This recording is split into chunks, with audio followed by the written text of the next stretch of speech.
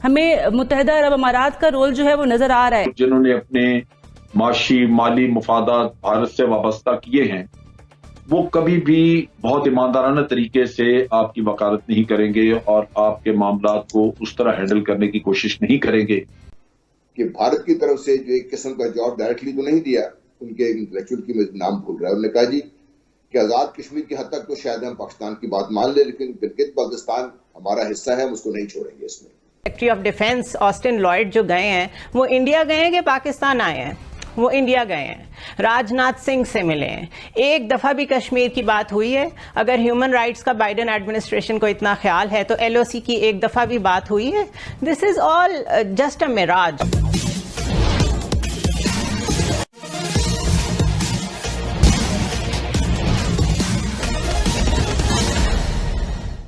भारत और पाकिस्तान के बीच सीमा पर शांति बनाए रखने का फैसला हुआ है। इसको लेकर पाकिस्तान की मीडिया में तरह तरह के कयास लगाए जा रहे हैं। इसमें यह कहा जा रहा है कि इन सब के पीछे यूएई का, यूनाइटेड अरब एमिरेट्स का हाथ है और यूएई के भारत के साथ बहुत अच्छे ताल्लुकात है। इसीलिए आशंका यह प्रकट की जा रही है कि कहीं यूएई डबल गेम तो नहीं खेल रहा है, उसका इरादा पीओके और गिलगित बल्टिस्तान को भारत को दिलवाना तो नहीं है।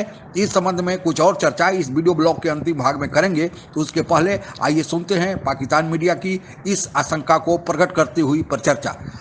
हमें मुत्तहिदा अरब अमारात का रोल जो है वो नजर आ रहा है, अब क्या कहते हैं, किससे तवक्को है?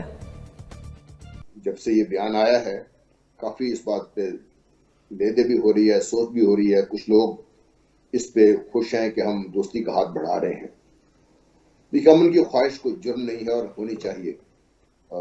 जंग की तरफ जाना पागलपन होता है, लेकिन अगर आप जंग के लिए तैयार नहीं है तो अमन आपको कोई भीख में कभी नहीं कोई देगा। इसमें नंबर 1। नंबर 2, हमने जब ये बात कर दी अमन की, तो आज ही मैं ये पढ़ रहा था कि भारत की तरफ से जो एक किस्म का जॉब डायरेक्टली तो नहीं दिया, उनके इंटेलेक्चुअल की मैं नाम भूल रहा है, उन्होंने कहा जी कि आजाद कश्मीर की हद तक तो शायद हम पाकिस्तान की बात मान ले, लेकिन गिलगित बाल्टिस्तान हमारा हिस्सा है, हम उसको नहीं छोड़ेंगे। इसमें और जो उनका, अगर आप जिस अमन की बात आप बढ़ा रहे हैं, आपने साथ ही कश्मीर को लिंक कर दिया है, तो क्या इस अमन की जो मूव है इससे कश्मीर में 5 अगस्त 2019 का जो भी उन्होंने किया है, क्या इससे वापस चले जाएंगे? क्या जो भी इस सिलसिले में अभी एक खबर ये भी चल रही थी कि यूएई के जो फॉरेन मिनिस्टर हैं उन्होंने ये बात दोनों बीच में सुलह करवाने की कोशिश कर रहे हैं, वो यहाँ तक पहुंचे हैं। अभी सऊदी अरेबिया के जो फॉरेन मिनिस्टरों का बयान भी ऑन रिकॉर्ड है, कहा था कि हम भारत और हिंदुस्तान और पाकिस्तान के दरमियान सुलह कराने की कोशिश कर रहे हैं। तो ये बताइए, क्या पाकिस्तान अगर ये कर लेता है तो क्या इनमें से कोई इतनी ताकत रखता है कि भारत को उस स्टेप से पीछे ले जाए? मेरा ख्याल नहीं हो सकता।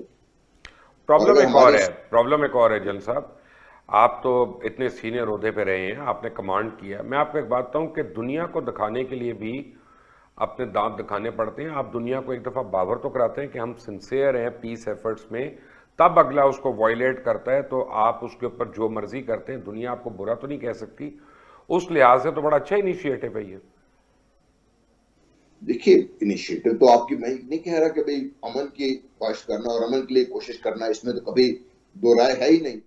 हमें मुत्तहिदा अरब अमारात का रोल जो है वो नजर आ रहा है, अब क्या कहते हैं, किससे तवक्को है?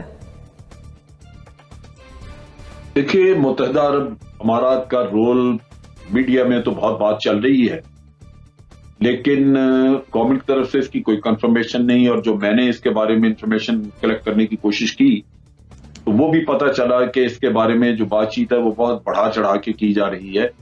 इस तरह का कोई खास बाकायदा ऐसा इंतजाम नहीं किया गया जहां यूएई को कहा गया हो कि ये रोल अदा करे। और वैसे भी हमें ये ज़हन में रखना चाहिए कि वो मुल्क जिन्होंने अपने माशी माली मुफादात भारत से वाबस्ता किए हैं वो कभी भी बहुत ईमानदाराना तरीके से आपकी वकालत नहीं करेंगे और आपके मामलात को उस तरह हैंडल करने की कोशिश नहीं करेंगे जिस तरह हमारी जरूरत है। ये अमेरिका का भी है। वो हमेशा जब भी सालिसी की बात करते हैं तो कहते हैं कि दोनों मुल्क अगर कहें, लेकिन मैं हमेशा समझता हूं कि अमेरिका कभी भी एक ऑनेस्ट ब्रोकर के तौर पे काम नहीं करेगा, क्योंकि उसके आज मफादात भारत के साथ हैं। और मिसाल मौजूद है कि पाकिस्तान के कंधों पे चढ़ के आपने अफगानिस्तान की जंग लड़ी और फिर उधर भारत को बिठा दिया, और आज वहां पे इतना प्रोपेगेंडा पाकिस्तान के खिलाफ होता है, किसी और मुल्क के खिलाफ तो नहीं होता। ये चीजें जो हैं ये हमें समझनी चाहिए, और जो फैसले करने हैं वो मेरा ख्याल है हमें खुद अपने मफादात की रोशनी में करने चाहिए। मेरा अपना ख्याल है कि इसमें बहुत पेशरफ्त की पॉसिबिलिटी नहीं, क्योंकि भारत जो कुछ कर बैठा है कश्मीर में, वो मेरा नहीं ख्याल कि मोदी वो तब्दील करेगा, क्योंकि मोदी की अपना उसका पॉलिटिकल कैरियर उस पर सारा उससे वाबस्ता है। और पाकिस्तान की रिक्वायरमेंट ये है कि कश्मीर पे बात हो, और उसकी बुनियाद जो है वो वही करारदादें जो सिक्योरिटी काउंसिल की हैं उन्हीं की बुनियाद पे बात हो। दूसरा, ये जहन में रखें कि बाइडेन एडमिनिस्ट्रेशन को इस वक्त इंडिया की बहुत ज़रूरत है, पाकिस्तान की भी बहुत ज़रूरत है। उसके बावजूद उसकी एडमिनिस्ट्रेशन जो में से जो भी नुमाइंदा उनका गया है, secretary of defence Austin Lloyd जो गए हैं, वो इंडिया गए हैं कि पाकिस्तान आए हैं? वो इंडिया गए हैं, राजनाथ सिंह से मिले हैं, एक दफ़ा भी कश्मीर की बात हुई है? अगर ह्यूमन राइट्स का बाइडेन एडमिनिस्ट्रेशन को इतना ख्याल है तो LOC की एक दफ़ा भी बात हुई है?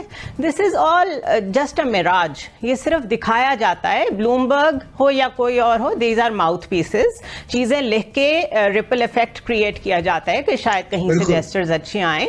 बट ठीक है, आर्मी चीफ ने हमेशा यही कहा है, उन्होंने हमेशा यही कहा है कि हम बातचीत करने को तैयार कि भारत अमेरिका को तो नहीं मानता कि वो पीस दोनों ममालिक के दरमियान जो है वो अमन मुआहिदा कराए, और ओवरऑल कहता है कि जी, और ये ट्रंप साहब को भी बड़ी दफा भारत ने कहा कि नहीं जी हम नहीं मानते। लेकिन ये भारत UAE के लिए कैसे एक्सेप्ट कर गया? और अदर देन दैट भारत जो है वो UK का रोल भी एक्सेप्ट करता है, लेकिन भारत शायद USA का रोल एक्सेप्ट नहीं करता। हालांकि इससे पहले देखा जाए कि जो अमेरिकन हैं, और वो भी कहते हैं कि हमने बड़ा रोल प्ले किया, और स्टेट डिपार्टमेंट के जो स्पोक्स पर्सन है नेड प्राइस, उन्होंने अपनी 25 फरवरी की एक प्रेस ब्रीफिंग में कहा था कि अमेरिका ने भी रोल प्ले किया है। सो भारत ओवरऑल तो किसी का रोल मानता नहीं है, पर्टिकुलरली अमेरिकन का तो नहीं कहते हम मानते, लेकिन भारत जो है वो UAE के रोल के लिए जो है वो राजी हो गया है, क्योंकि भारत जो है इस वक्त इंडिया जो है वो अरब ममालिक के साथ बहुत क्लोज कोऑपरेशन में है, और जिसे कह लें कि भारत की जो है वो मिडल ईस्ट से एक तो ट्रेड भी बहुत ज्यादा है और रेमिटेंस भी बहुत ज्यादा आती है। सो भारत जो है वो मिडल ईस्ट में जो रीजनल एलाइज को सपोर्ट करना चाहता है, एम्पावर करना चाहता है। इंडिया का रोल तो भी अफगानिस्तान में भी नजर आ रहा है, जिसको पाकिस्तान पहले तो ये कहता था कि नहीं जी हमें इंडिया का रोल अफगानिस्तान में नहीं चाहिए, लेकिन अब मेरा ख्याल है कि पाकिस्तान इंडिया के रोल को अफगानिस्तान में रिकग्नाइज कर चुका है समहाउ, कि ठीक है अगर अमेरिकन चाहते हैं और बाकी ममालिक चाहते हैं कि इंडिया का जो रोल है वो अफगानिस्तान में हो, तो सो हो। द रियल थिंग इज कि we want peace in the reason.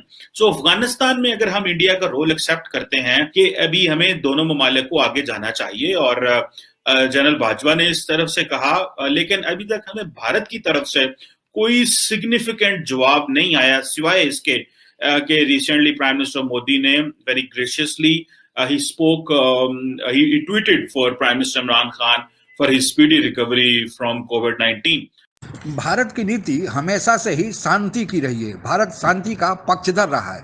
Bharat के खिलाफ 1947 से लेकर आज तक पाकिस्तान ने जो 4 युद्ध लड़े, उन सब की शुरुआत पाकिस्तान ने ही किया था। यह बात दिगर है कि पाकिस्तान को उन चारों युद्धों में हार का मुंह देखना पड़ा था, फिर भी पाकिस्तान अपनी आदत से बाज नहीं आता। अब वह जम्मू कश्मीर में आतंकवादियों को भेजकर अप्रत्यक्ष रूप से भारत के खिलाफ युद्ध जारी रखे हुए है। पाकिस्तान के भूतपूर्व प्रधानमंत्री नवाज शरीफ ने स्पष्ट रूप से कहा था कि हमने मुंबई में आतंकवादियों को भेजकर जो आतंकवादी घटनाओं का अंजाम दिया, जिसे 26/11 के नाम से भी जाना जाता है, वह ठीक नहीं था। ऐसा हम लोगों को नहीं करना चाहिए था। इसी प्रकार अंतर्राष्ट्रीय आतंकवादी ओसामा बिन लादेन को शहीद का दर्जा, जम्मू कश्मीर के आतंकवादी सरगना बुरहान वानी को शहीद बताना, जम्मू कश्मीर के अलगाववादी घटनाओं को जिहाद बताना पाकिस्तान की ओछी और बीमार मानसिकता को दर्शाता है।